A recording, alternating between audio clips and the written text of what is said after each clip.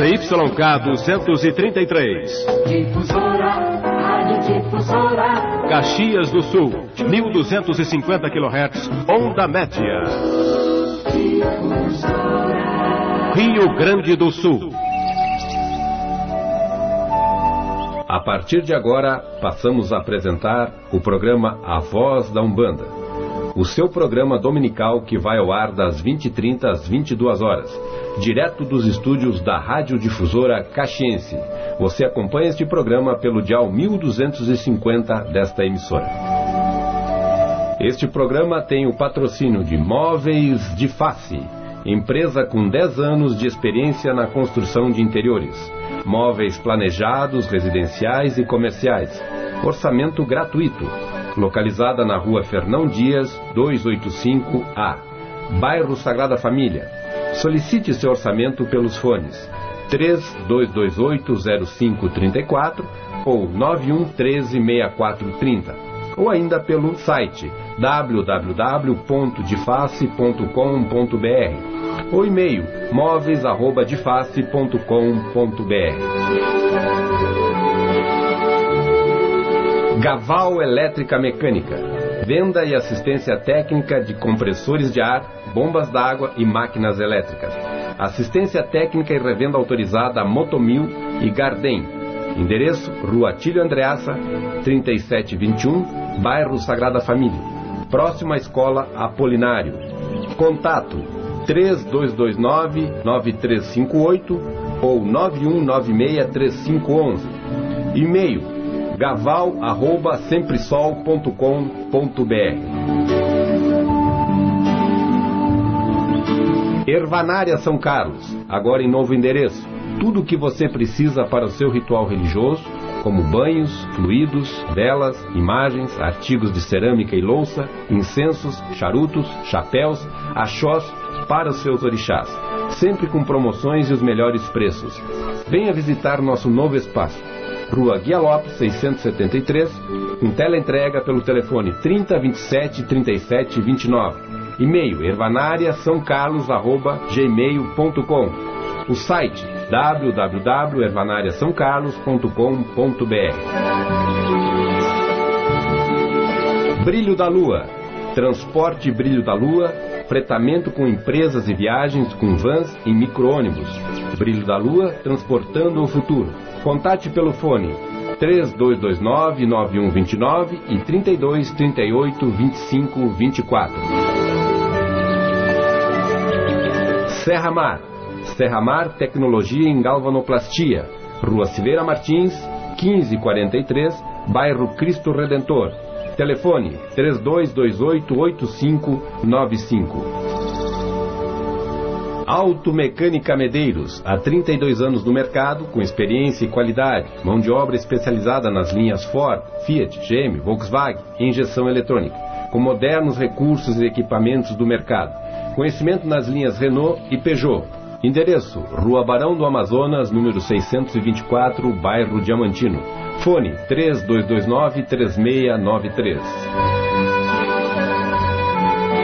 Escola de Teologia Umbandista, oportunizando o conhecimento da nossa religião e a integração crítica e consciente do fenômeno religioso pluralista dentro da Umbanda.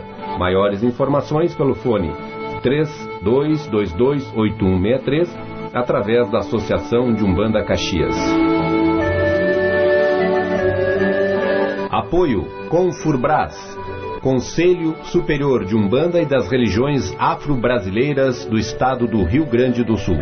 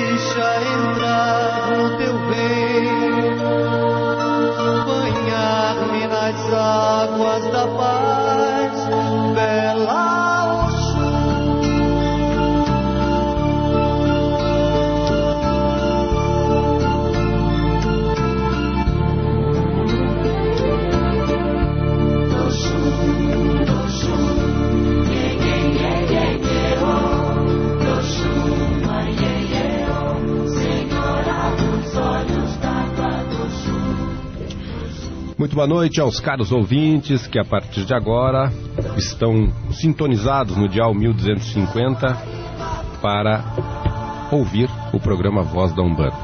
Lembrando que esse programa vai ao ar todos os domingos das 20h20 às 21h50.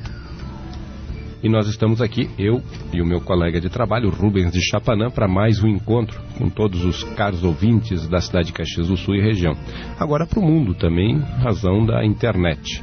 Então saúdo já meu colega Rubens de Chapanã. Boa noite, Rubens. Boa noite, seu Jogum. Eu quero só acrescentar, um adendo aos nossos patrocinadores. Isso.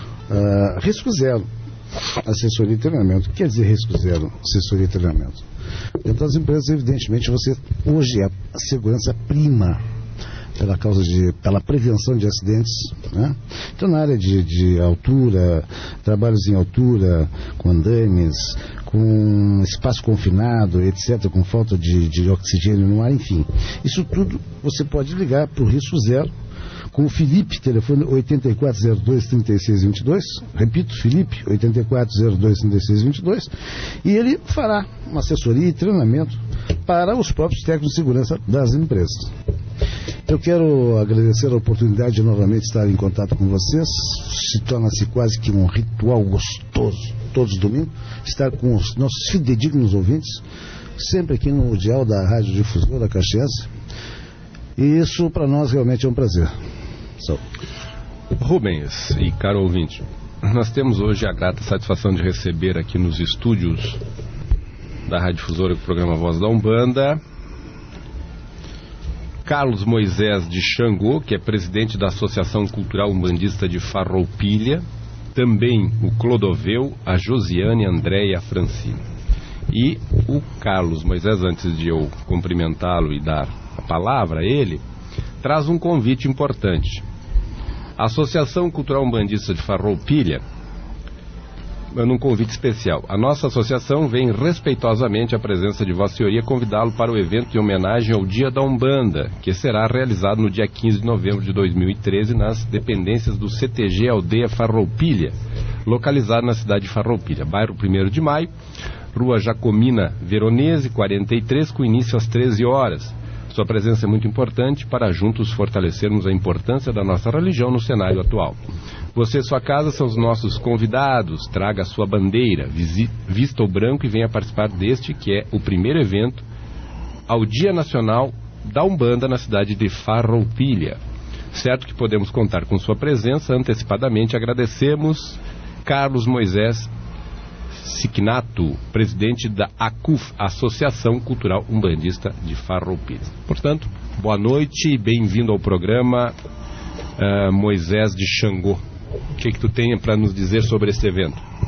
Bom, boa noite a todos. Primeiro quero agradecer também esse espaço. E esse evento, na verdade, que vai acontecer dia 15 de novembro agora, a gente está fazendo na cidade de Farroupilha, mais para fortalecer também a nossa religião nessa cidade, e também convidar todos de Caxias do Sul, que eu acho que a sua própria associação de Umbanda Caxias e outras também que quiserem se fazer presente, para a gente poder estar aí unindo forças também em prol da nossa religião. Acho que é mais ou menos por aí que a gente está convidando a todos aí. Pois é, a Associação Cultural Umbandista de Farroupilha, o que para nós é motivo de alegria quando começam os movimentos, tudo que se faz em nome da religião e para a religião, para nós é motivo de alegria. Há quanto tempo mesmo surgiu essa associação? Vai fazer um ano agora, em novembro. Perfeito. E além destas atividades, assim, vocês têm um calendário já anual? Qual é a proposta da associação? Certo. A gente está elaborando ainda esse calendário até de eventos. O último agora também que a gente fez foi em abril, que foi a carreata de alguns já pela associação lá em Farroupilha mesmo, com ajuda também, vamos dizer assim, do Sindicato dos Comerciários e o pessoal todo também, as casas que a gente visitou lá, fomos bem recebidos. Então a gente fez um primeiro evento lá e agora está organizando, junto com todos os membros da associação e outros também das casas de Farroupilha, para começar, na verdade, a divulgar um pouco mais, né, esse trabalho da Umbanda em Farroupilha. Coisa boa, né, Rubens? Muito bom, sim, porque o intercâmbio, evidentemente, é extremamente positivo. Nós buscamos fundamentalmente a união, mas abrir novos caminhos em terras aparentemente inóspitas, né? Difícil, né? Logo tu está sendo realmente que eu conheço já o Moisés Xangô, uma figura simpaticíssima, que eu visito poucas casas em Caxias do Sul só, mas eu tive o prazer de ter contato com ele. Achei uma pessoa realmente muito enquadrada dentro de todos os princípios que regem a nossa Umbanda. Tive a oportunidade de participar de um evento que ele fez, acho que foi dia 15 também, né? Foi dia 15. Muito bem organizado e tal, ali no Centro Rodovás. Mas acho que ele está sendo um pioneiro nessa parte, e isso para nós é importante. Abrirmos novos caminhos a fim de fortalecer e buscar, mais do que nunca, essa união tão necessária e quase que urgente, realmente, de toda a nossa região. Só. Até para a comunidade caxiense te conhecer um pouquinho mais, Moisés, como é que é a tua história religiosa, até para nós ter um... Sim.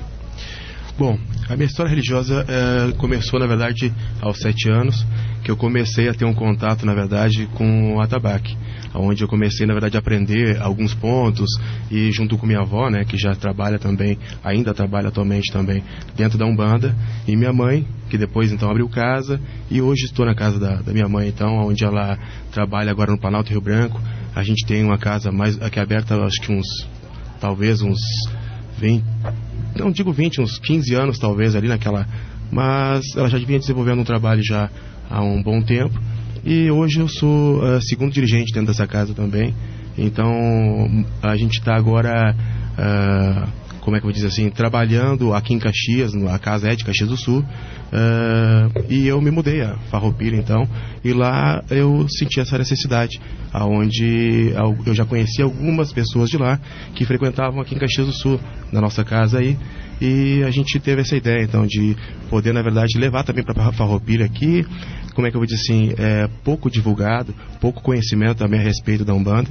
Então foi aí que a gente começou a pensar. A gente já vinha participando assim, anonimamente de alguns eventos aqui, participamos de alguns eventos, mas sentimos a necessidade que Farroupilha também precisa, como é que eu disse, desse amparo. E como o Pai Rubens falou, né, é difícil, né, a gente sabe disso, mas eu acho que o mais importante é a pessoa ter atitude no sentido de saber que a gente precisa de unir, né? Então por isso que a gente tem que somar forças aí, né? Tanto Farroupilha, outras cidades, aonde tiver, na verdade, a gente tem que ter alguém para poder também estar se juntando nesse propósito. Eu tenho mais ou menos uns 21 anos, na verdade, dentro da religião, né? E nesses 21 anos ainda estou aprendendo muita coisa, tenho muito a aprender ainda. Só para entender, a tua mãe continua com casa aberta aqui e tu abriu uma nova casa lá? Não, a verdade ainda não abri casa lá. Uhum. Eu ainda continuo trabalhando aqui em Caxias do Sul com minha mãe. Estou morando, na verdade, residindo em Farroupilha, e aí eu conheci algumas casas de Farroupilha e agora fundamos a associação em Farroupilha. Então acho que posteriormente eu vou acabar abrindo a casa também lá, mas ainda é cedo, né? Eu acho que primeiro as coisas têm que andar devagar, então é mais focado no trabalho da associação mesmo, em Farroupilha. Tu trabalhas com Umbanda e nação ou só Umbanda? Só Umbanda. Só Umbanda. Só Umbanda. Ah, perfeito. Para tu ver, ter uma ideia, o Saul me lançou um desafio esses dias para abrir um centro de Umbanda bem no centro do Vaticano lá. Bom, estou pensando no assunto, não é fácil, nós estou aqui em Farroupilha, mas tudo bem. Muito bem, Moisés, nós vamos te convidar a participar conosco aqui do programa, né, já que tu vieste de Farroupilha para participar mesmo, tu está morando lá, né? Isso. Então tu é o nosso convidado a participar. Agradeço já o convite, nos sentimos honrados em ser convidados a participar desse evento, e tudo que estiver em nome da religião, nós sempre vamos apoiar e estar junto, e a rádio também fica à disposição sempre que tu precisares para divulgar um evento ou coisa. Por favor, não se constranja de solicitar um espaço, porque a rádio é para isso. Nós temos, o Rubens colocou muito bem, o lema da associação é o compromisso pela união. Então nós queremos exatamente diminuir as distâncias com outras associações, federações, e também a proposta da Confurbras, que é oferecer um espaço para que algumas lideranças possam ter voz e auxiliar na construção de uma melhor religiosidade aqui no Rio Grande do Sul, ligadas à Umbanda e aos cultos afro-brasileiros de forma geral. Certo. Só para que o nosso ouvinte saiba, mais uma vez, como é que ele pode entrar em contato conosco aqui na rádio, por favor? Olha, pode usar os telefones, que é a forma mais objetiva e direta, 3221-2658, telefone facilzinho de decorar, 3221-2658, e o 3221-7653. O 3221-7653, você liga, você vai ter a satisfação de falar com o Jaime, ou se não, com o Valdez de Odé, que está ali, atendendo os telefonemas. Jaime de Xangô, né? Jaime Xangô, né? Muito bem. Rubens, aproveitar aqui o nosso encontro, falar um pouquinho de orixás, falar um pouquinho sobre a nossa interpretação da teogonia, cosmovisão, oriunda da África Negra. Quando nós falamos de orixás funfun, nós estamos diretamente ligados a orixás que usam branco e tal. O que tu pode nos trazer mais sobre os orixás funfun, já que as pessoas muitas vezes citam, né, o Batalá, o Orixalá, o Orinxalá e um monte de nomenclaturas, mas o que tu pode nos trazer sobre o orixás funfun para nós contribuir para o nosso caro ouvinte? Tu colocou muito bem o orixá funfun. Funfun quer dizer branco, né? Em Yorubá, como eles usam dudu como preto, tanto que omi dudu, omi é água, né? Omi dudu é café. Quando tu quer café, é omi dudu. Os orixás funfun, representados pela figura de Obatalá, que na verdade é uma pequena confusão, Orinxalá, Oxalá, é tudo os mesmos, né? Mas existe uma série de outros orixás funfuns, entre eles alguns, inclusive, que foram que moldaram, cuja função era moldar o rosto humano. Teve um deles, inclusive, eu não me recordo o nome de todos, não, mas que se embebedou moldando os rostos humanos, aí começou a haver deformações com isso, depois corrigiram, etc. Então a função deles era uma função um pouco mais diretamente ligado a uma energia dos eborás, que a gente chama, né? Mais suave, mais tranquila, mais amena, com a títulos que nós tínhamos. Por outro lado, ou alguns orixás mais ferrenhos, mais duros no combate e tal, e eles, a não ser o Obatalá realmente que saiu para povoar a terra, né? A maioria dos outros orixás eram guerreiros por natureza, e esses orixás funfun, justamente, e até no Odu, quando tu tem um Alafim, que é o 16, tu fala de tranquilidade, tu fala mais de paz, tu fala mais da harmonia, mais da divindade realmente, Olorum, o lado mais brando, digamos, do Olorum. Enquanto que os outros orixás são orixás mais ferrenhos, de batalha, de luta, etc. Mas isso é uma série deles. Na verdade, os orixás funfun tem cerca de 20 ou 30 orixás funfun, eu não sei realmente nominar todos eles. Sabe, Zu, que eu estava tendo fazendo algumas reflexões sobre os orixás funfun, e a primeira delas bom, eles são do branco, mas por que o Orumilá usa preto e branco? Por que o Oxaguian usa azul e branco? Então, também é uma das interpretações que são equivocadas quando se fala do funfun, achar que é só branco. Na verdade, o funfun está relacionado às massas da origem imemorial, quando na teogonia africana, Olodumare cria o cosmos. A primeira massa que vem é a massa branca, é a massa de ar, e um ar frio, e esse ar frio sai dessa camada, né, sai os orixás considerados orixás funfun, quer dizer, dessa massa branca que está relacionada ao sangue branco, está relacionada à origem da vida. Esses orixás, eles têm uma importante missão, entre elas na construção, inclusive, do Aie e da separação do Aie e do Orum. E quando tu falas que o Batalá, né, ele se embebeda na sua missão na terra com vinho de palma, de palmeira, ele, na verdade, esse Titã, ele fala que ele se embebeda, inclusive Exu auxilia nessa empreitada. Esse embebedar significa que, como as árvores estão diretamente ligadas à ancestralidade, e as árvores também são dos tempos imemoriais, e todos os orixás Funfun têm a sua representação numa árvore, quando o Batalá bebe do vinho, ele bebe do próprio sangue.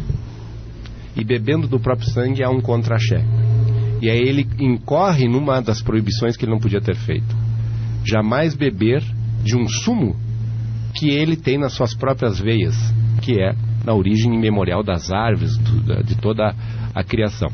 E isso cria uma situação em que eles dizem que ele fica bêbado. Não, ele entra numa espécie de colapso, de convulsão, e aí ele perde a sua a noção do que ele teria que ter feito. Cria-se o caos. Depois os gregos vão ficou usar. Até como uma das quisilas, né? Quisilas. Não só isso, mas o emu, que é uma cerveja também não pode ser consagrada ao Oxalá, tal, não pode receber as coisas dele. Mas bem colocado pela questão, há quem confunda. É uma das questões que eu tenho que a gente já bateu aqui, né? Olorum, Oludumaré, ou Mari, como tu diz. Olu, né, senhor, Odu, destino, Mari quer dizer eterno, o senhor do destino eterno. Eu pergunto aos ouvintes, eu pergunto ao Saul, tu já viu alguém acendendo uma vela para Deus? Já viu alguém acendendo uma vela para Deus? Não. As pessoas acendem para Jesus, acendem para o santo tal, santo tal, santo tal. Nós não cultuamos Olorum, que é o Deus. O resto são divindades, nós cultuamos os orixás, divindades. Por que tu acha que, então, o Olorum não é cultuado? Não existe. Existe culto para Ori, cabeça, existe culto para Yami ou Xorongá, seja o que for. Mas não se cultua Olorum. Qual a explicação? Isso é uma explicação que, inclusive, Rubens, se apresenta no próprio Islã. Alá não é objeto de culto. Deus não é objeto de culto. E os africanos, na sua... Não é os africanos, como falou muito bem aqui o professor Rafael, né? Quando se fala em África, a gente está falando no continente. Mas os iorubás. Os iorubás entenderam que Olorum não pode ser cultuado porque não tem como chegar a uma instância tão perfeita, né? Ou melhor, perfeita, como é essa divindade que é o Olorum. Não se sabe se tem outro acima dele, mas a princípio o Olorum é o máximo que se pode conceber. E se criou os orixás exatamente porque, se fazendo culto aos orixás, se cultuou o Olorum.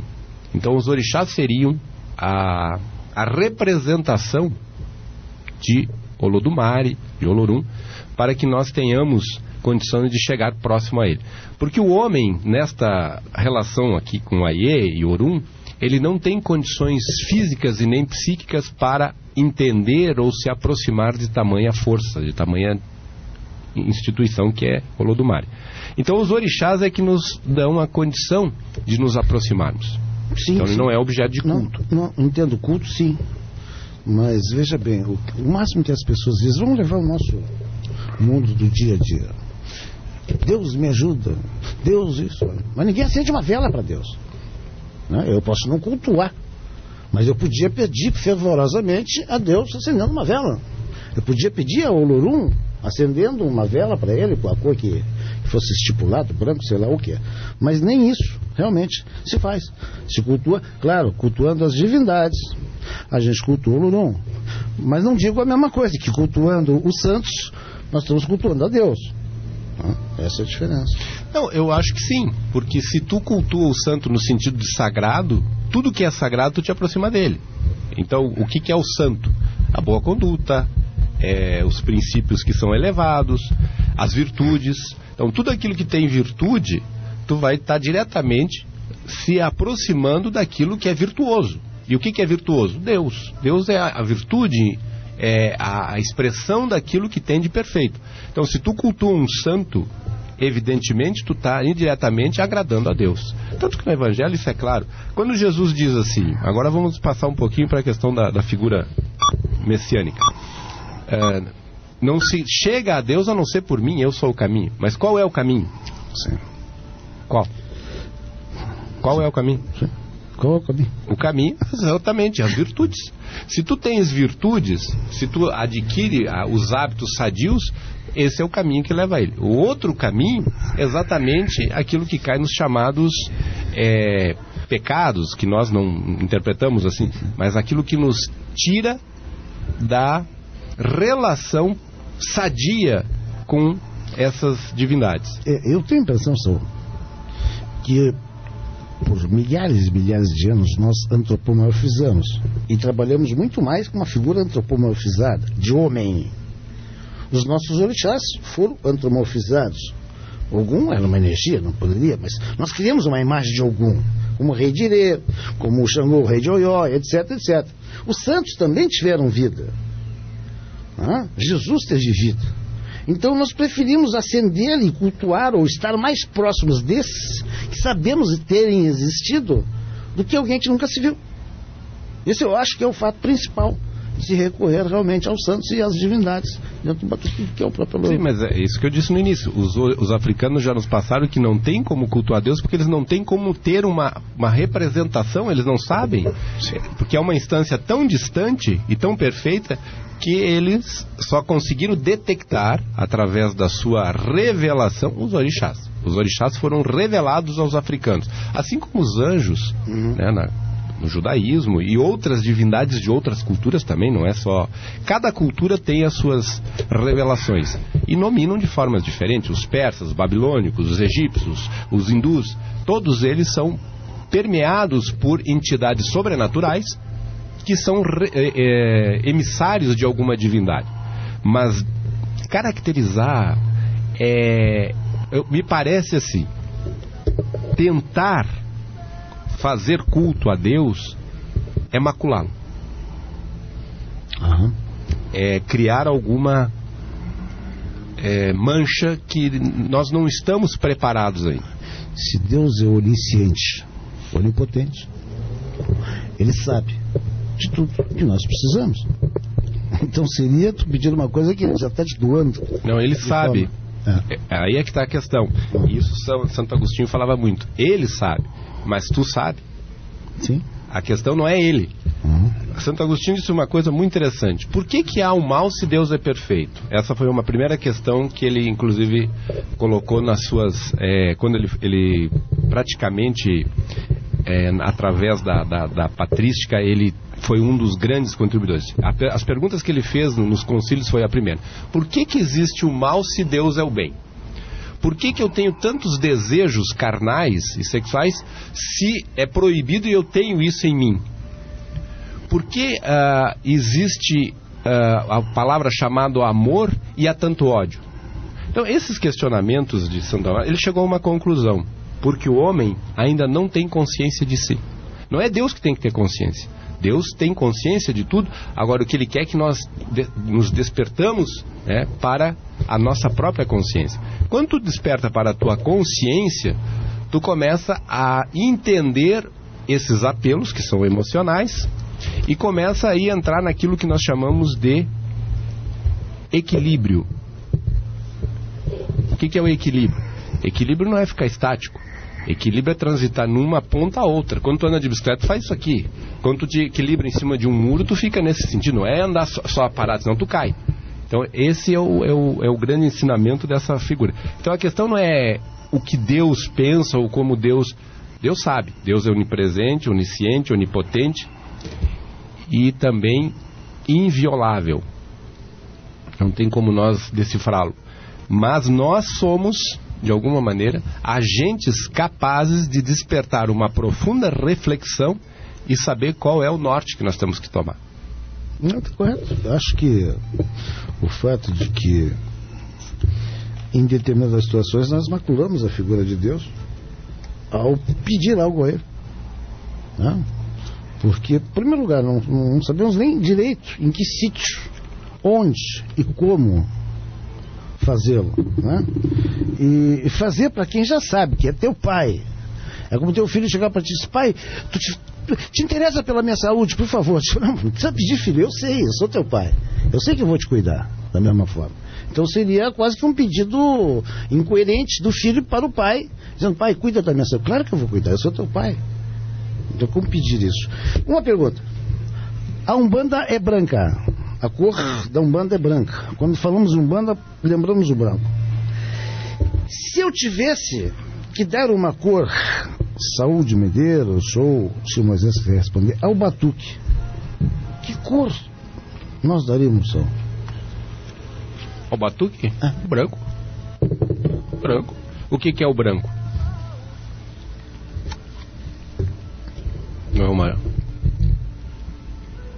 uma espécie de capacidade de juntar todas as cores, agregá-las e trazê-las numa só. Então o batuque também é o branco. Tanto que alguns candomblé, parece que se eu não estou enganado, é Angola, o sacerdote, a sacerdotisa é obrigado a usar branco. É regra. Interessante a resposta, porque é o arco-íris de cores, na verdade, o batuque, né? Mas o branco justamente representa a assimilação de todas e a união de todas. Sim, sim. Já ouviu falar no candomblé de Efã? Efã? Eu tenho uma senhora muito ligada a mim, que é uma linha dissidente do Queto, com a mesma hierarquia, etc., mas muito bacana, Efã.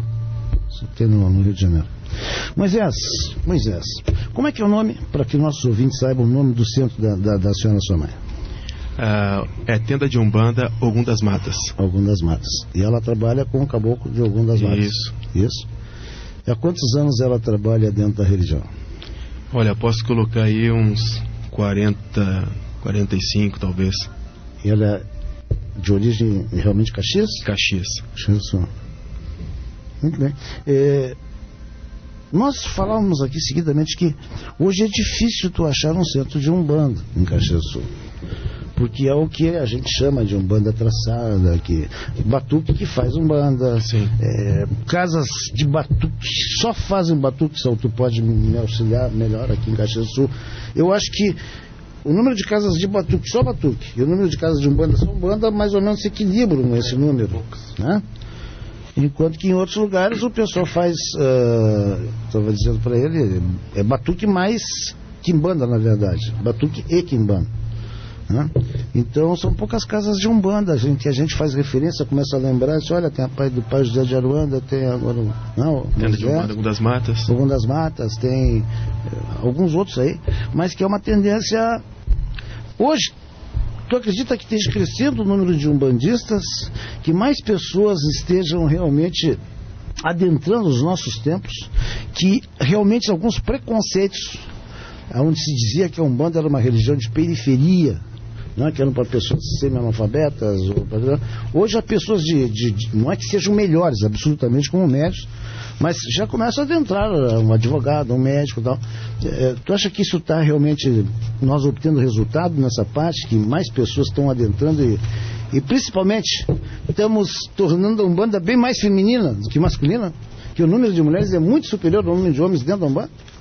Bom, eu acredito que sim. Apesar de que ainda existe, né, bastante preconceito em relação à Umbanda, por falta às vezes de desconhecimento, né? Mas existe, eu acho que mais agora a abertura para essa religião do que no passado, que eu acho que os precursores, na verdade, da Umbanda aí sofreram bem mais, né, do que atualmente. Eu acho que agora a gente tem um pequeno espaço ainda, mas por isso é o nosso intuito de estar sempre buscando, né, preservar e dar continuidade, né, a esse trabalho. Eu acho que tem sim. Tu trabalhas com o Xangô? Isso, Caboclo de Xangô. Qual é o Xangô que tu trabalha? Xangô da Justiça. Xangô da Justiça. E Exu? Isso, Exu Rei das Sete Encruzilhadas. Encruzilhadas. Preto Velho? Preto Velho, então, Pai João de Aruanda. Pai João de Aruanda. Isso. Tá bem calçado, né? Isso. Cidades boas. Muito bem, nós estamos aqui então com o presidente da Associação Cultural de Umbanda de Farroupilha, que é a nossa cidade vizinha aqui, a CUF, né? Com o Moisés de Xangô, também na companhia do Clodoveu, Josiane, André e Francine, que está aqui no programa brilhantando. E temos alguma ligação, alguma solicitação? Então, por favor, nos traga, Valdez, para nós fazer aqui a nossa parte de comunicar. São 13 graus e 8 décimos, 72% a umidade relativa do ar. O Valdez gentilmente traz aqui. O nosso pessoal de retaguarda extremamente efetivo, né? Leonardo Miquelin, da Tribuna de Caxias, apoia o trabalho de Moisés à frente da Associação Umbandista Farroupilha. Então aqui, muito obrigado. Um abraço ao Leonardo, que está sempre noticiando fatos importantes da Umbanda. Também aqui o Roger, para a esposa Rochelle, um abraço a Saúl e Rubens. Muito obrigado, Roger, esperando a tua visita. Também aqui, bairro Madureira, tem o centro de Umbanda. Como é que é? A Janete pergunta se tem um centro de Umbanda no bairro Madureira. Ah, a Janete quer saber se existe um centro de Umbanda no bairro Madureira. Eu não tenho de cabeça essa informação aqui, mas creio que sim. Ela quer saber o endereço. Então, eu vou te pedir, Janete, a gentileza que tu ligue para nós, dê o teu telefone, que nós vamos procurar. Se tiver ligado à associação, nós passaremos para ti. Rubens, tu sabe de algum? Eu não, de cabeça não. Eu não frequento muito. Ok, então são os nossos caros ouvintes que estão aqui participando do programa Voz da Umbanda. A dificuldade para que o ouvinte possa imaginar e entender é que a Associação de Umbanda Caxias, ela tem as pessoas, os centros filiados a ela. Mas existe um grande número de outras pequenas casas, né, que são de porte de tamanho menor, enfim, mas que não se associaram. Então não tem como o Saúl realmente saber, porque às vezes em cada bairro tem dois, três centros, né? Eu já contei isso aqui, mas como é que se inicia hoje, infelizmente, nos moldes de um centro de Umbanda? Alguém começa a salientar, ter boas entidades, começa a formar fila. Bem, até em fazer um concurso, talvez, de Curimba, mas acabou optando, na verdade, pela espontaneidade, né, dos participantes. Então, acho que a gente vai intercalar com Curimbas aí, durante todo o evento. E algumas, dá para ver aqui também a questão de direitos do umbandista, do religioso, vamos botar assim, porque a gente não vai focar só no caso da Umbanda, né? Até no que o Rubens estava falando agora, a respeito disso, né, de a pessoa ter uma documentação, seja de qual for a associação, enfim, mas e de poder estar bem representada, né, quanto às leis. Então, conhecer um pouco mais dessas leis também, né? E tu é um curimbeiro. Hoje eu sou um sacerdote umbandista, mas eu me considero ainda um curimbeiro. Tu já compôs alguma curimba? Sim. Já? Eu já fiz um CD, Luz de Aruanda, até acho que uma vez até entreguei até aqui na rádio para vocês, né?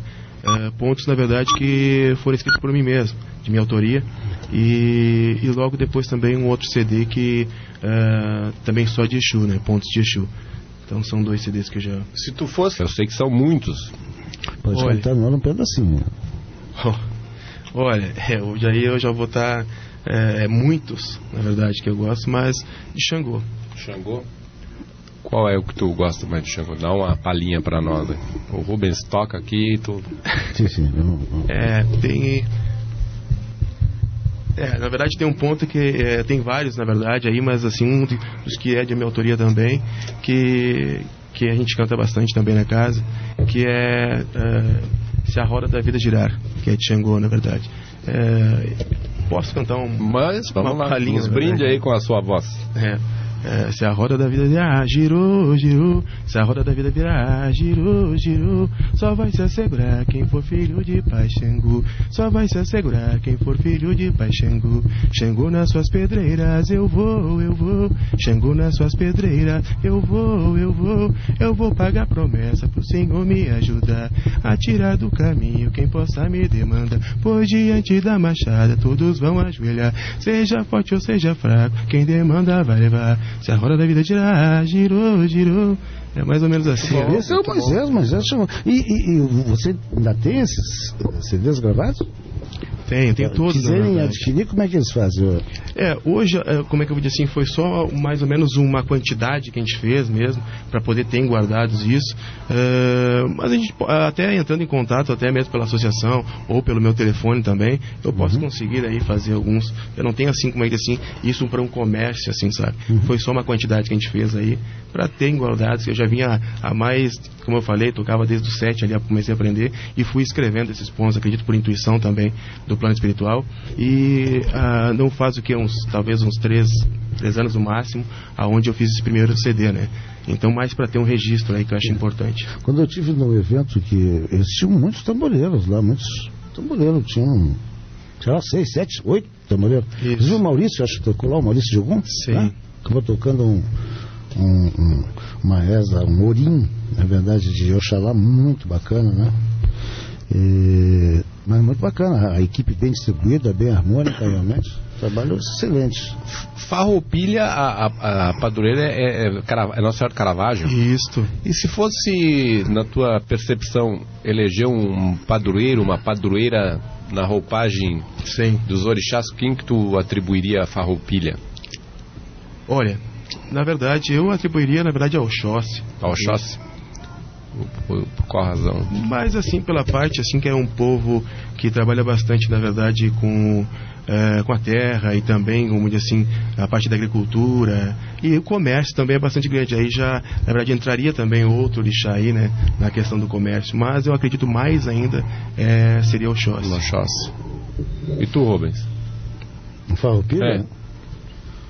Olha, eu não discordo, até porque eu não conheço muito Farroupilha, né? Mas cena, o que ele está falando, o Oxóssi é prosperidade e tal, da alimentação.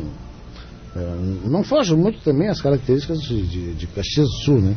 Mas certamente não seria Ogum, só. Porque o Ogum já tem aquele. Ele está fazendo uma eleição lá em Farroupilha para eleger o Ogum de novo. Não. Se deixa o Ogum aqui. Eu acho que é mais de Chapanã, viu? Qual é mais de Chapanã. O ponto forte de Farroupilha? Ponto forte mesmo seria o comércio. Mas a gente vê bastante também, como é que diz assim, a lavoura. Agricultura. Isso, agricultura. Então, eu assimilei essa parte, né? Então, e pela própria prosperidade, como o Rubens falou lá, é uma terra que está crescendo, na verdade, né? Nesse ponto. Mas, como o Rubens falou, pode ter também aí, né? Sim, vamos fazer uma campanha para Chapanã. É uma surpresa essa pergunta, viu? Mas que vem agora me ocorre. Então, eu acho interessante porque eu sei que Farroupilha tem essa verve comercial muito presente, né? E qual é a população de Farroupilha? Olha, é uma quantia que eu já não tenho conhecimento mais ou menos do número. Mas é menor que Bento, né? Bem menor, sim. Bem menor. 100 e poucos mil habitantes, talvez. 100 e poucos mil. Como a minha esposa falou agora. Eu sei que Farroupilha é uma cidade que ela é pujante, ela está... Isso. Assim como Bento também, né? Isso. Existe essa rivalidade, não? Olha, eu acredito que não. Muito mais Caxias e Bento são. Acredito que não. Muito mais Caxias e Bento do que eu acho que isso tinha, né? Hoje já não... Sim. Não tem não tinha rivalidade Rio Grande pela hoje já não se fala mais em... Uma pergunta ao meu caro amigo Saul Jogum, o homem que nos brinda sempre com a sua sabedoria. Por que a vassoura é um dos símbolos de Chapanã? Bom, a vassoura é símbolo de Chapanã no Rio Grande do Sul, mas não é em África.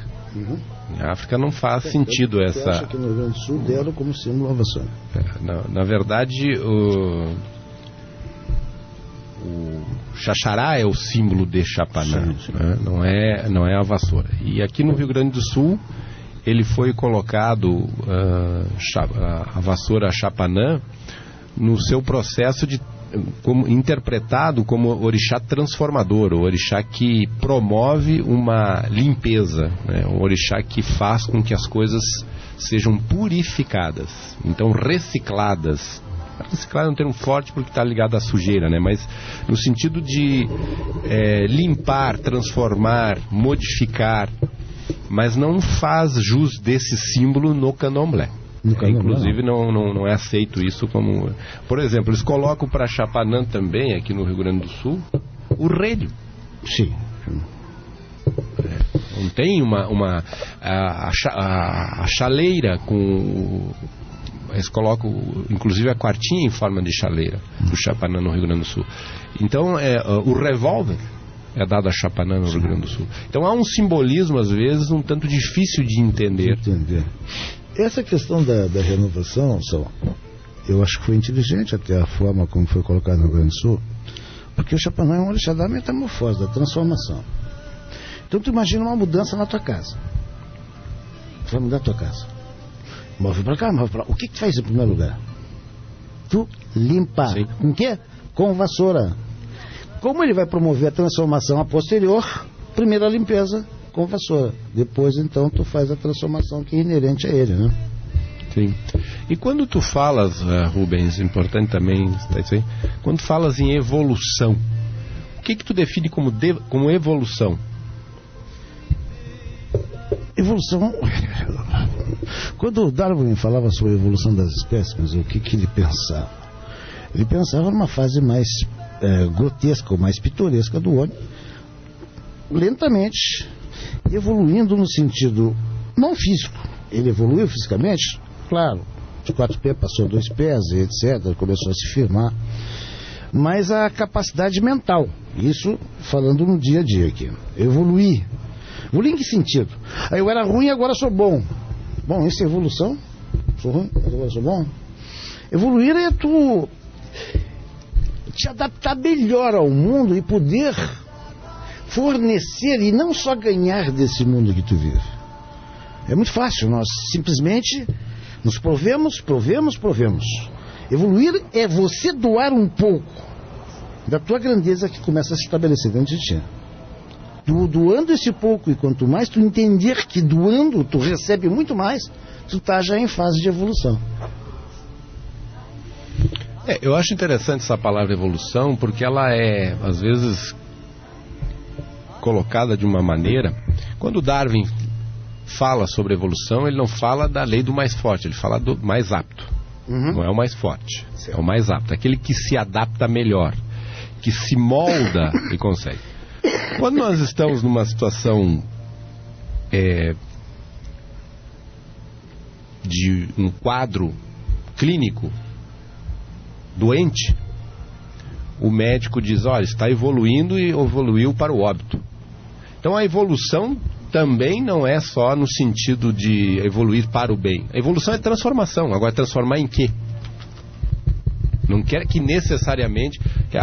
o pessoal da espiritualidade fala muito, nós temos o hábito de falar, evoluir, tá, mas evolução não significa que está indo em direção àquilo que nós esperamos. Evolução é uma readaptação que permite que ainda tenhamos condições de viver, de se estabelecer, isso que Darwin disse. Então a evolução não necessariamente tem que ser uma coisa boa ou ruim. Evoluir é transformar-se. Correta a afirmação. O quadro evolui para pior. Pode ser. Então não quer dizer... Eu estou em processo de evolução. Evolução para quê? Eu estou em processo de evolução para baixo. Para baixo. Ele está evoluindo para um... Uma pergunta ao nosso caríssimo Moisés.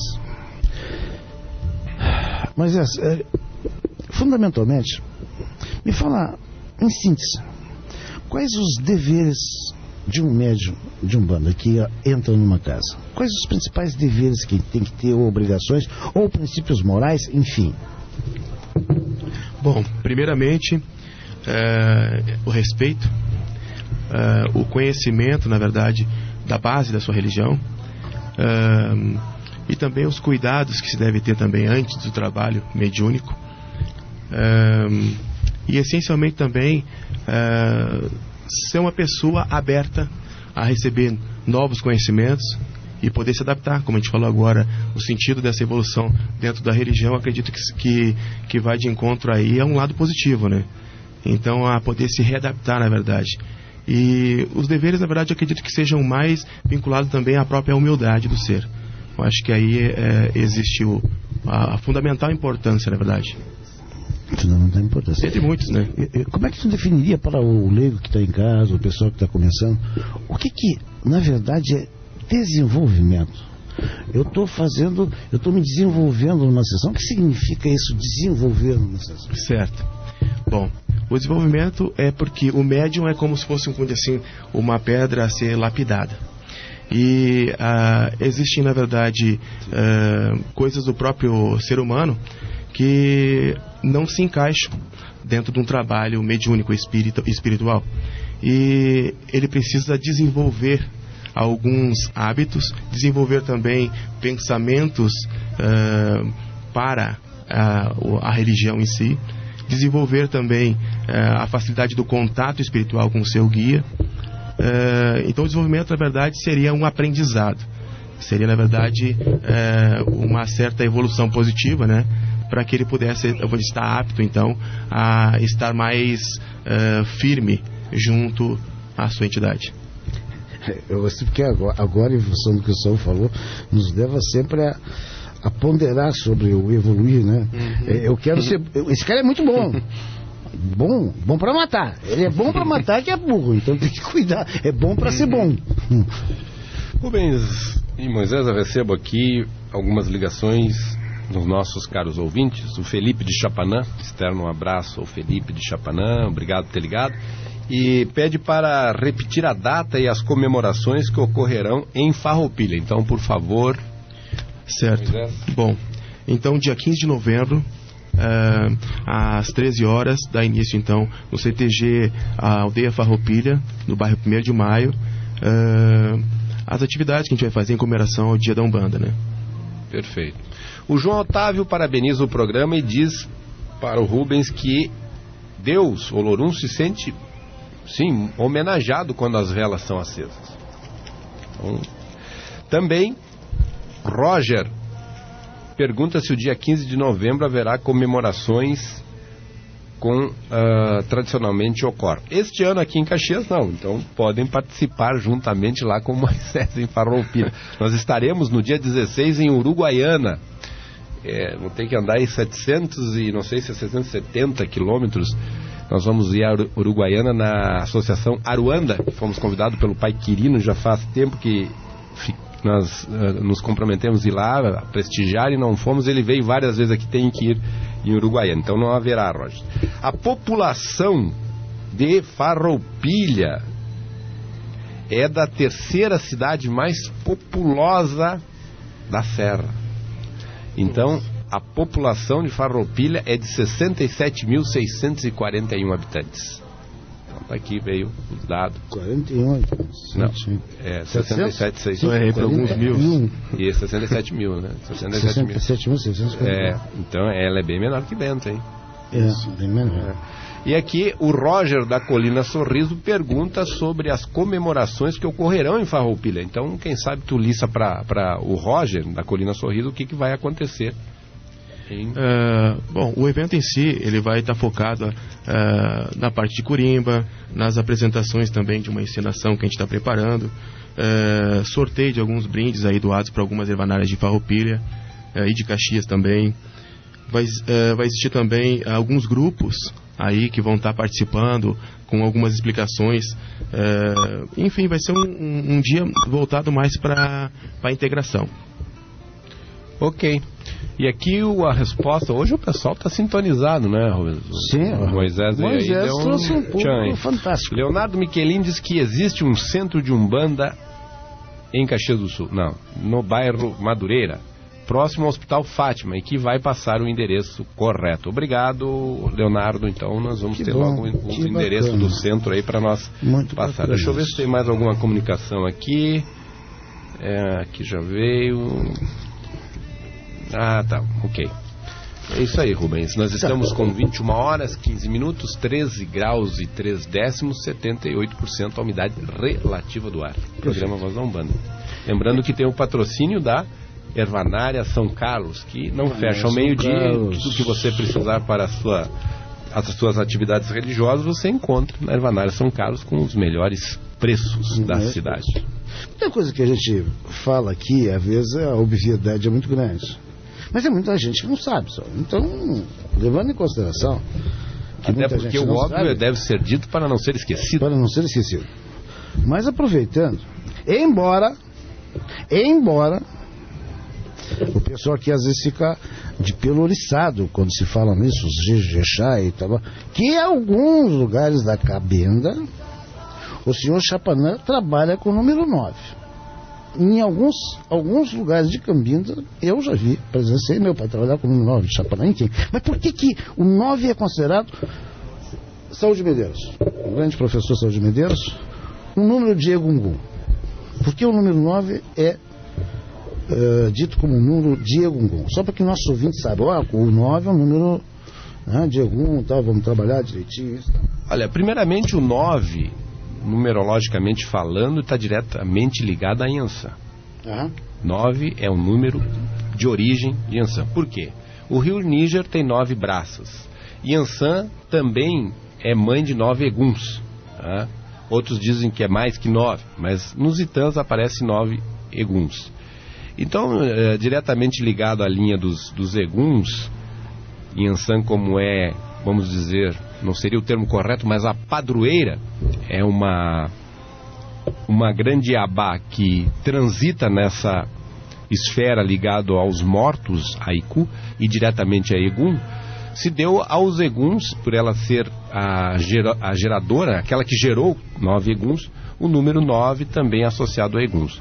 Mas há na linha de Queto, do Candomblé, uma série de Itãs, de Queto, não de Angola, que fala sobre o número 9 e por que está diretamente ligado. Não me ocorre agora, mas eu já li alguma coisa na linha de Queto, por que o número 9 está ligado a algum. A princípio, o que eu recordo, Rumes, é em relação a Yansan, que é a senhora detentora do 9, 9 filhos que ela teve que eram Eguns, e as 9 braças do rio Níger, que também está ligado. Formam um delta, né? Não. E se juntam. Inclusive, em vez de Yansan, Yamessã. Yamessã é 9. Então, em vez de Yansan, Yamessã, a senhora dos 9. Correto. Então, 9 é um número mais ligado a Yansan, por isso passa a ser um número de Egun, que é a senhora realmente que trabalha com os Eguns, que é respeitada pelos Eguns, né? Essa é a grande verdade. Aqui em Caxias do Sul, agora tu está assumindo realmente Farroupilha, abrindo, que bom, um novo celeiro, digamos assim, né? Propiciando isso. Mas aqui no centro da senhora, sua mãe, que é dona... Mariani de Ogum. Dona Mariani de Ogum, vocês têm como festejos da casa, datas realmente que são festejadas com ênfase. Quais são? A gente tem então homenagens a Ogum, né? Homenagens a Xangô e Gosme Damião.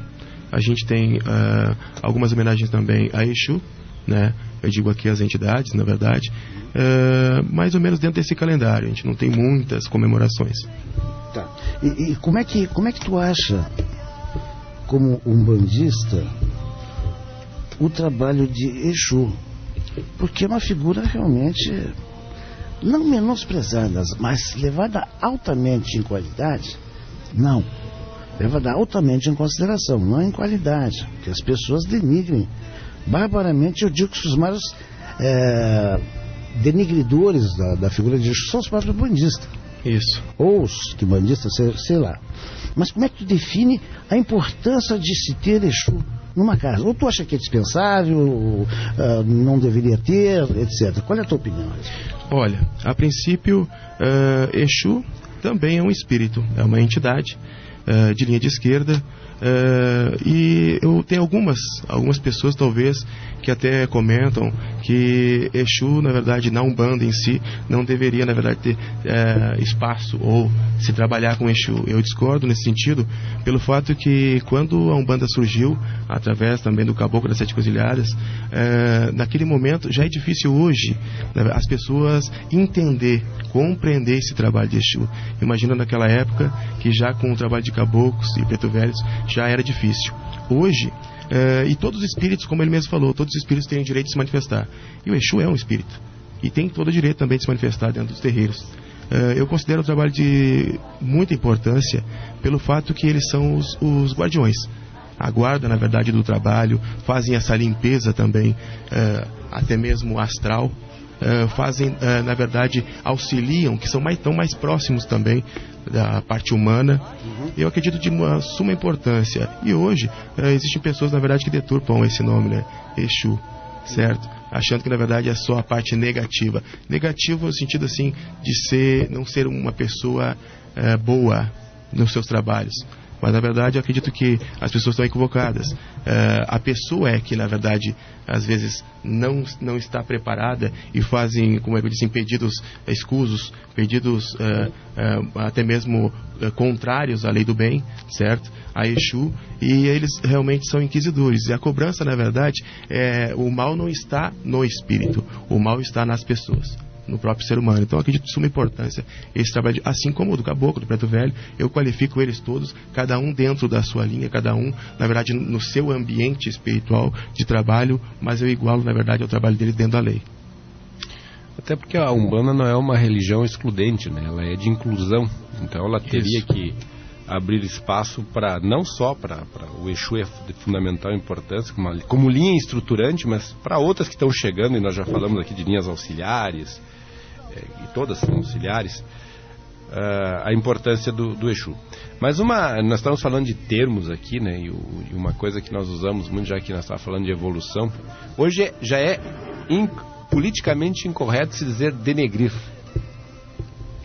Porque o denegrir coloca como se o negro fosse ruim. Não.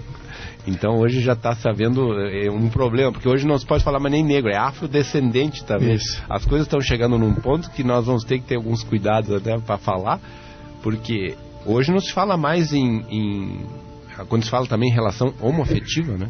Tem que ter, hoje as coisas estão sendo policiadas nessas terminologias. E quando nós falamos assim, deu um branco, não tem problema, né? A gente, deu um branco. Quer dizer, também é de uma forma meio pejorativa, deu um branco. Crime do colarinho branco. Crime do colarinho branco, né?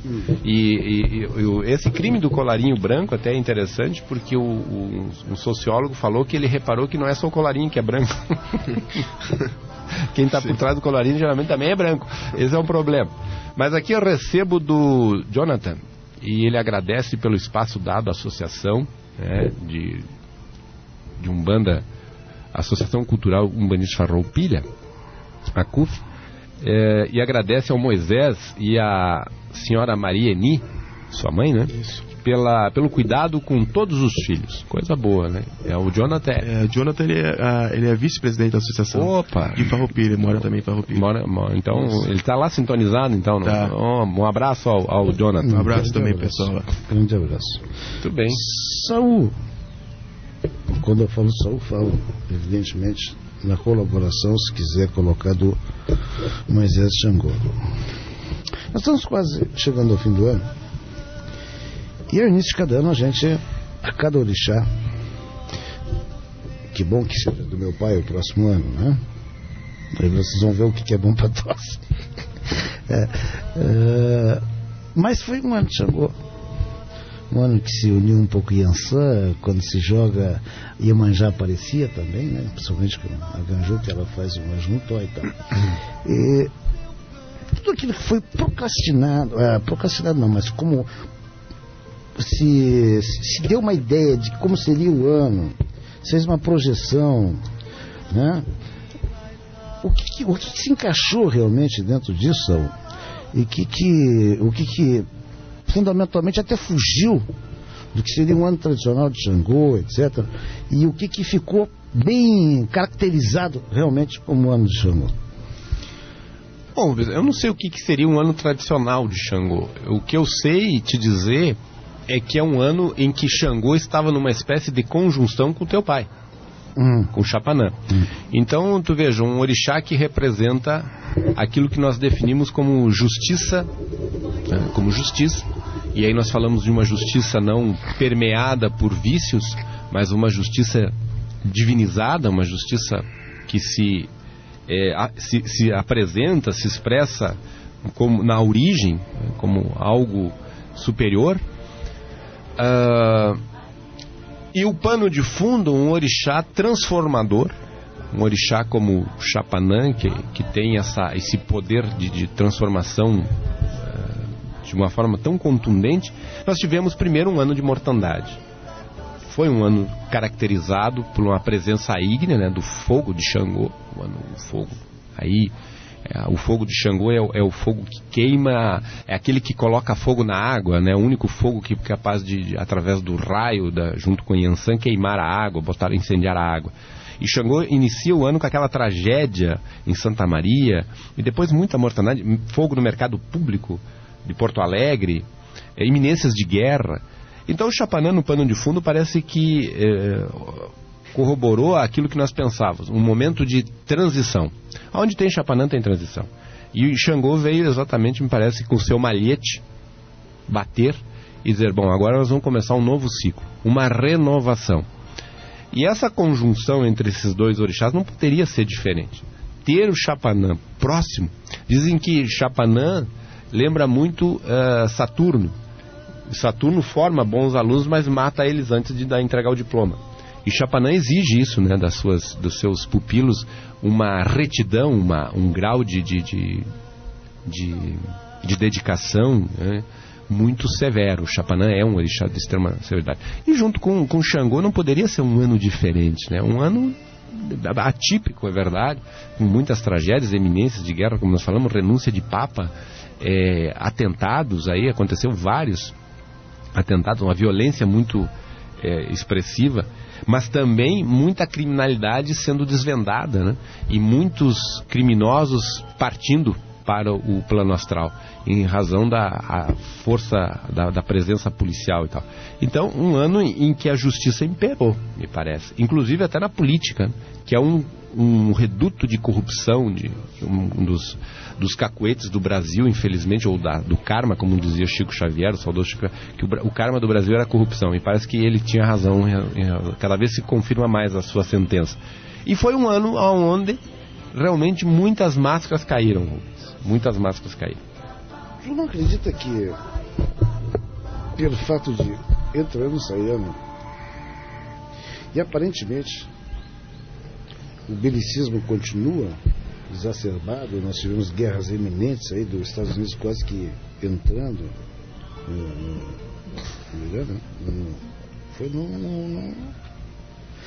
na Síria, né? Muitas conversações para que não houvesse intervenção, a guerra química, a guerra bacteriológica, enfim. Mas nós não vemos melhora de ano para ano. É difícil tu dizer, bom, o ano que vem sim, vai ser um ano calmo, um ano de transformação, tá. Vai vir um ano de Oxalá, vai ser conturbado, porque o mundo anda numa violência gerada impressionante. E a própria natureza responde com igual força e forma. Tu não acha que aí, a fim de remodelar isso e de perecerem algumas pessoas, porque às vezes tu precisa limpar para que surjam novas almas, habitantes do nosso planeta, que possam nos dar realmente uma luz no fundo do túnel e dizer, bom, o nosso mundo realmente pode ser melhor. Que os orixás balés, Saul, estão de uma certa forma formando uma corrente para que tais acontecimentos estejam. E aí eu coloco o Ogum, coloco o Chapanã, coloco o Oxalá, coloco o Naná, coloco o Iansã, que são os orixás balés. Bom, nós temos no início do século XXI, século mais trágico que o século XX, 2 guerras mundiais, só um computo geral, né, de mortandade, eles falam só dos judeus, mas o computo é muito maior do que os 6 milhões, no aspecto geral. Tivemos 2 guerras que foram realmente terríveis no século XX. No século XXI nós estamos iniciando, mas me parece que o nível de consciência das pessoas que estão no poder está melhorando. Por exemplo, o que aconteceu com Saddam Hussein? O que aconteceu com o Bin Laden? E o Gaddafi também, né? Foi agora há pouco. Então, sobre esse prisma, eu acho que sim. Eu acho que tu colocas bem. Eu acho que está havendo realmente um direcionamento para se limpar. Eu acho que essas que restaram, né? Essas pessoas que são perigosas para a humanidade e manejam massas e causam mortandade, eu penso que eu comungo com a tua ideia que esses orixás, né, que tu diz, estão realmente se impondo mais e de uma forma assim, pontuando, né? Olha, não vamos mais deixar acontecer o que aconteceu no passado. Vamos começar a limpar. E tivemos a eleição de um presidente afrodescendente, né? Nos Estados Unidos, uma coisa inusitada, sendo que Martin Luther King, na década de 60, né? Eu não lembro o ano, 68, não lembro. 62. Foi assassinado e conseguimos ver um presidente ser impostado. Veio um Papa agora, também com uma proposta mais humilde, mais... Então eu concordo, eu acho que sim, eu acho, Rubens, que realmente o mundo está sendo vigiado e cobrado mais por esses orixás que não aceitam mais que se repita algo terrível. E nessa evolução positiva, tá, Moisés, o que a Umbanda pode fazer dentro dos seus centros, o que ela pode passar realmente para os seus adeptos, aficionados, as pessoas que vão lá, para nos dirigirmos realmente para um mundo melhor? Bom, a Umbanda, para mim, a proposta que ela traz é essencialmente a mudança, mas essa mudança, na verdade, partindo da própria pessoa, aflorando, fazendo com que ela consiga aflorar o sentido, na verdade, do próprio ser, não da questão de que do lado negativo desse ser, que ele vem absorvendo igualmente, na verdade, pelo mundo todo, né? A partir do grupo que ele está, das pessoas que ele se relaciona, dos costumes e vícios que ele também se encontra. A Umbanda traz para ele uma reflexão, e através dessa reflexão abre para ele uma porta, na verdade, de mudança, a mudança interior. Eu acho que é mais baseado na própria mudança do ser, aflorar isso, a própria essência do ser. Como a gente fala aí na questão de evolução, se caminhar em direção aos nossos pais, que isso é uma coisa, na verdade, que pode levar muitas e muitas reencarnações até um retorno a um estado, na verdade, tão divino. E eu acredito que o ser tem que caminhar assim, que eu chamo, na verdade, que cada orixá representa uma das qualidades de Deus, de Olorum. Então, uma subdivisão desse grande pai. Então, cada um se apresenta dentro de uma dessas divisões, desses orixás, dessas divindades. E o ser humano tem que colher um pouco de cada uma delas, tem que aprender com um pouco de cada uma delas. E através das nossas entidades, caboclos, preto velhos, tem a nos passar já das suas vivências, do conhecimento que eles têm, um pouco de cada uma dessas qualidades que se apresenta do nosso pai Olorum. Então, acho que aí é que a Umbanda pode estar auxiliando as pessoas. Perfeito, perfeito. Nós estamos com 21 horas e 34 minutos, 13 graus de temperatura, 99% a umidade relativa do ar. E está caindo a temperatura. Nós começamos, acho, na faixa de 18 aqui. Quando eu cheguei em Caxias, eu estava viajando, estava 18 graus. 18 graus. Às 6 horas da tarde. Uma filha de Iemanjá me pediu, pede para o senhor falar para mim lá e tal, porque sabemos que o orixá traz marcado uma característica básica, uma espinha dorsal de seus elementos. Olha, o filho de Xangô é assim, mais ou menos. Tu começa a fazer aquelas perguntas e não foge daquilo. Mas essa moça me disse, pede para o senhor falar de que se as Iemanjá, que são qualidades, a Boci, Bomina, Namburucu, se muda essas características da Iemanjá no total, no global. Se cada uma delas acrescenta ou tira alguma coisa desse arquétipo principal dos filhos de Iemanjá. Olha, Rubens, filhos do mesmo orixá e mesma qualidade são diferentes. Não há... vamos dizer assim, são milhões de filhos de Oxalá, de Ogum, de Xapanã e tal, no mundo, né? Ou milhares, vamos colocar. Mesmo sendo a mesma qualidade, tanto cabeça e corpo, dá diferença. Por quê? Porque o ser humano é um composto. Ele é híbrido. Ele tem uma mistura cultural, a educação, né? Toda a família, a região. E aí depois disso, no seu ori, na sua entidade, no seu substrato, ele traz a sua ancestralidade, traz o seu Odu, e através do Odu, tanto que no Candomblé, mais importante que o orixá é o Odu. Mais importante que o orixá é o Odu. Por quê? É o Odu que te dá o perfil do que tu é, a tua essência, do que tu pode e o que tu não pode. Aí depois nós temos os orixás. Então, de uma forma geral, claro que dá diferença entre um orixá e os filhos do mesmo orixá. Mas existem os pontos em comuns.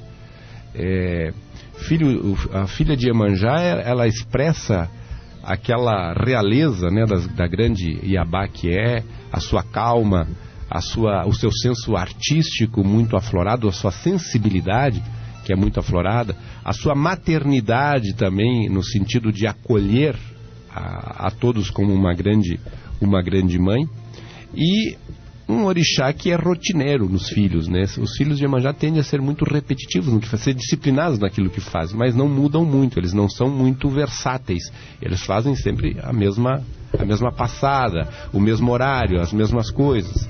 E é um orixá de uma capacidade criativa muito grande, mas geralmente não rende tudo o que poderia. Eles ficam sempre devendo um pouquinho. A cisterna deles, por exemplo, se for de 1.000 litros, eles usam 800. 700 não gostam de usar, de esgotar a sua cisterna, que é uma característica de Iemanjá. Nesse ponto, às vezes, se acomoda. Se tu olhares para o mar, a impressão que, geralmente, tu vê sempre a mesma coisa, né? Aquele ciclo. Iemanjá é um orixá de constância, de rotina, de obrigações, e um orixá de seriedade, um orixá sério, um orixá que tem uma proposta geralmente de comprometimento com aquilo que assume, mas tem o seu ritmo, o seu próprio tempo, o seu próprio time, diferente dos outros. Por exemplo, algum é tudo para ontem, a Iemanjá pode ser para depois de amanhã, pode ser para a semana que vem, mas ela vai fazer. Então, são orixás que têm, nessa forma, dotam o filho com essa semente, mas cada um, né, vai fazê-la brotar de forma no seu jardim, com a sua cultura, com o seu clima, da maneira em que ele pode, através da sua potencialidade, o que ele pode oferecer para essa semente brotar, em todo o seu contexto interno. Então, cada um tem uma forma de ser. Eu, até agora, já conheci vários filhos de Ogum, eu não vejo nenhum que tenha pontos em comum, às vezes, mas não tem. Um é diferente do outro. Bom, depois, como tu é um Elegum, né? Sim. Filho de Ogum, mas eu tinha notado até o Odu Paredor, porque o Odu é o que se joga com a data da pessoa dentro do candomblé e tal. Mas tu pega o 11, o Arim, né? A tendência da pessoa extremamente tempestuosa, movimentação ao extremo e tal, tipo quem fala quase que é Yansan, aquilo é um vento, é uma rapidez. Se te dá o Odu Paredor, mas tu vai jogar o orixá, é um Oxalá. Então, o quanto tem que haver o Odu Paredor realmente com o orixá? Não, mas essa questão do Odu, ela é muito mais profunda do que o nome ali. Tu pegar os 16, é apenas a porta de entrada. São 16, e o certo para ver o Odu são 16 babalaôs jogando. Cada um vai dar um. E nesses 16 é que vai sair um. E esse um é te dar o teu perfil. Sim, sim. Não é da forma... Mas não é o paredor, porque o paredor é sempre o mesmo, né? Mas é o Odu que é jogado. Mas o que é o Odu Paridor? Te dá uma ideia de como é o signo. Sim, mas como é que tu chega ao Odu Paridor? Pela matemática. Pela data de nascimento, quer dizer, ele é muito genérico. O Odu real, ele deve ser jogado com um babalaôs. Sim. Né? E aí ele vai te dar o teu DNA. Por isso é difícil. Para te ter o teu Odu original, para ter esse DNA, tu tem que fazer uma iniciação a Ifá. E para fazer a iniciação a Ifá, tu tem que realmente se submeter ao estudo desses 16 babalaôs, e não é babalorixás. Submeter, tu fica no centro, eles ficam ao redor e eles jogam o Pelé Ifá. Eles jogam e cada um bate quando terminou de jogar e dá um Odu. Aí todos vão ter que dar o mesmo Odu. Aí eles vão jogar de novo e é um processo lento que leva 3 dias. Isso era feito em África. Hoje no Brasil a coisa mudou e tal. Existe todo um ritual que é feito, mas as coisas modificaram bastante. Agora, esse Odu Paridor, que ele é matemático, ele é o Odu real, deve ser jogado com babalôs. Sim, tem que ser jogado. Só uma última pergunta só. O filho de Ogum realmente é impressionante como tem filhos. Por isso que o candomblé, em termos de qualidade, é muito maior a gama de qualidades que existe aqui, né? Já viu algum filho de Ogum, por exemplo? Não chorão, mas que chora. O filho de Ogum, uma das características é não chorar. O cara tá chorando até por dentro, mas ele não sabe expressar isso em lágrimas. Mas tu já viu algum filho de Ogum que seja um pouco mais desmanchado? Não é que esteja tempo chorando, não seja chorão, mas mais diferente dos outros nesse sentido? Olha, Rubens, além de mim, poucos. Além de poucos. Além de mim, poucos. Uhum. Porque, tu é um poço seco, entende isso? Filho de Ogum é um poço seco. Vou tomar como um elogio, né? né? Mas você já viu, sinceramente, já viu? O que acontece? Se tu pegares eu sei o que tu quis dizer e tu tens razão. Os filhos de Ogum já têm uma certa dificuldade de expressar a sua emoção, né? Dificuldade de permitir que ela se expresse, né? Expressá-la seria a colocação. Não é que não tem. Existe esse policiamento que ele fala, né? Tem que ser forte e tal. Eu acho uma bobagem. Mas parece que está presente isso no DNA. O filho de Xangô já é mais emotivo, ele já é mais alegre, ele já é mais expansivo. Tu percebe o filho de Xangô o Xangô é um ótimo relações públicas. Ele sabe se comunicar. O filho de Ogum já não é um bom relações públicas, ele já é mais fechado. Então essas características é que eu digo que, no modo geral, aparecem nos filhos. Mas há diferenças. Por exemplo, tu pega um filho de Ogum com Oxum, ele vai ter uma certa tendência maior a ser emotivo, ele vai se emocionar com mais facilidade, me parece, do que o filho de Ogum com Yansan, porque ele junta dois orixás mais secos, realmente, né? E existe orixá, eu acho o suprassumo da frieza o Chapanã. Para mim, o Chapanã é um orixá que o filho de Chapanã, a filha de Chapanã, geralmente eles são muito frios, assim. Quando eles determinam uma coisa, não é não e sim é sim. Então não tem. Eles podem até chorar, mas eles são decididos nessa. Como alguns filhos de Oxalá. Eu posso te afiançar, Saul. Isso. Posso dizer realmente de cadeira. Se quiser dois orixás masculinos chorões, é filho de Chapanã. Extremamente emotivos. E os filhos de Xangô. Não tem dois filhos que sejam mais chorando que esses dois. Não masculino. Já as mulheres de Chapanã já são diferentes. Não são assim. Choronas, etc. Agora, os filhos de realmente Xangô, alguns filhos de Xangô são extremamente chorões. Tá? E os filhos de Chapanã nem falar.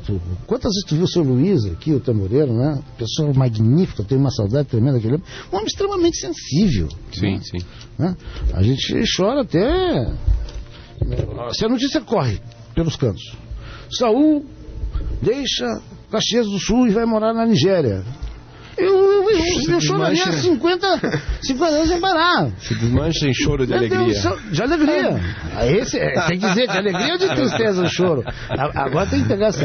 Tá bom. Estamos chegando ao final do programa, né? Tudo bem, vamos pedir então agradecer aqui a presença do Moisés de Xangô e que ele faça suas considerações finais. E obrigado pelo convite mais uma vez.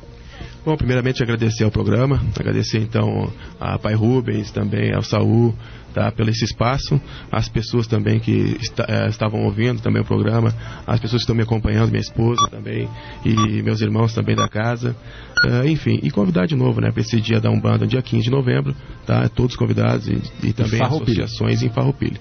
A partir das 13 horas no CTG Rincão da Esperança, não, qual é que é o nome? Aldeia Farroupilha. Aldeia Farroupilha. Muito bem, muito obrigado. Eu quero saudar aqui também o Clodoveu, que me ligou. Muito obrigado, Clodoveu. A Josiane, a Andréia e a Francine. Francine também está aí. Então tá, Rubens, as tuas considerações finais. Eu quero agradecer, claro que o Clodovil antes aqui no programa disse, não é Clodovil, é Clodoveu. Eu não sei, eu fico chateado. Clodovil? Eu fico chateado, eu não sei, Clodovil, mas o Clodovil disse, mas eu quero falar e o aqui do. Não, tu vai ficar sentadinho lá, mas ele tava louco, mas quer falar agora, ainda tu tem 30 segundos aqui para se manifestar. Mas a presença realmente para mim foi uma surpresa, eu não conhecia o Moisés e tive a oportunidade de ver a simpatia e a receptividade, é isso que nós temos que ter. Como recebemos alguém de fora E ele foi extremamente receptivo, uma pessoa extremamente agradável, ele é esposa humilde, simpáticos.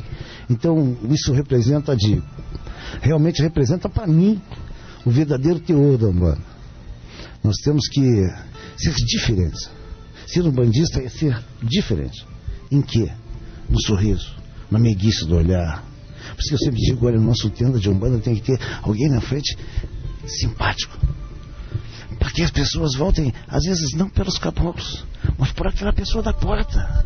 Porque nós passamos os dias hoje entrando em lojas, sendo mal recebidos com pessoas antipáticas. Ali, ao menos ali, na Umbanda, nós temos que ser diferentes e ensiná-los a sorrir. Nós somos professores da arte de sorrir.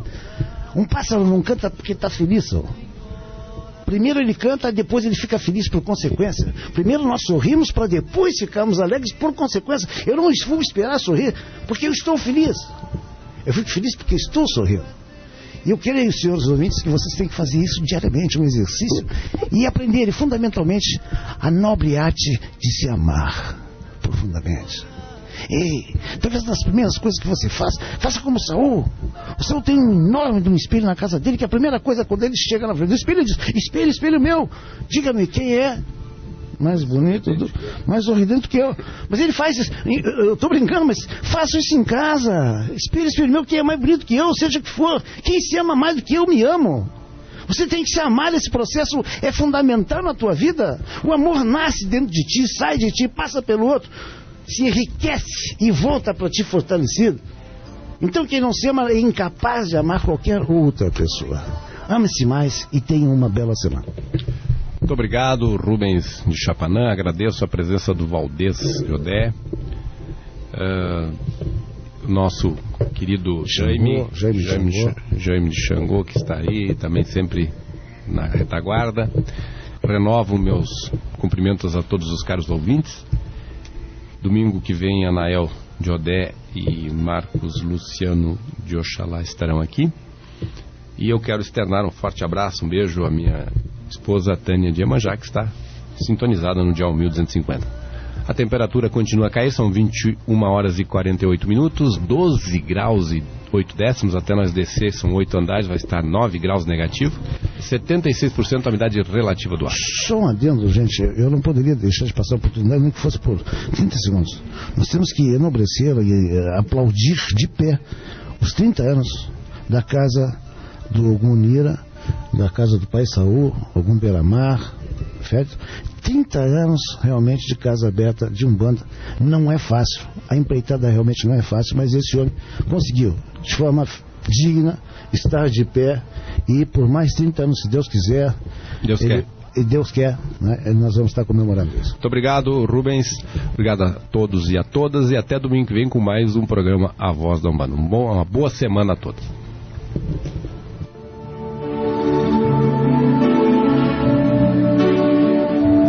Acabamos de apresentar o programa A Voz da Umbanda, promovido pela Associação de Umbanda Caxias, que há 16 anos vem representando o afro-umbandismo caxiense, sempre buscando a união para um verdadeiro compromisso religioso. Uma boa noite e um bom início de semana com muito axé para todos e todas que acompanharam o nosso programa.